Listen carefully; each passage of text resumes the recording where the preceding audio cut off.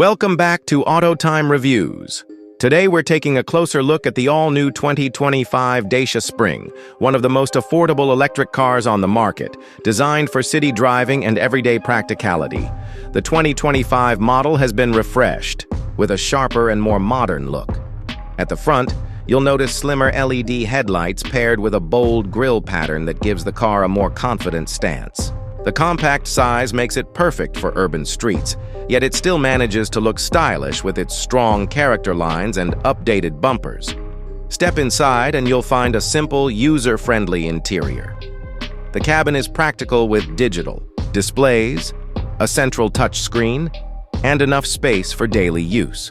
While it's not loaded with luxury, it's comfortable and efficient, exactly what you'd expect from a budget-friendly EV. Performance-wise, the Dacia Spring is all about efficiency. It's designed primarily for short trips, with smooth acceleration that's ideal for city driving and easy maneuverability in tight spaces. The new version also brings improved range, letting drivers cover more miles on a single charge. Charging is straightforward with support for home charging as well as faster public options. One of the biggest selling points of the 2025 Dacia Spring is its affordability.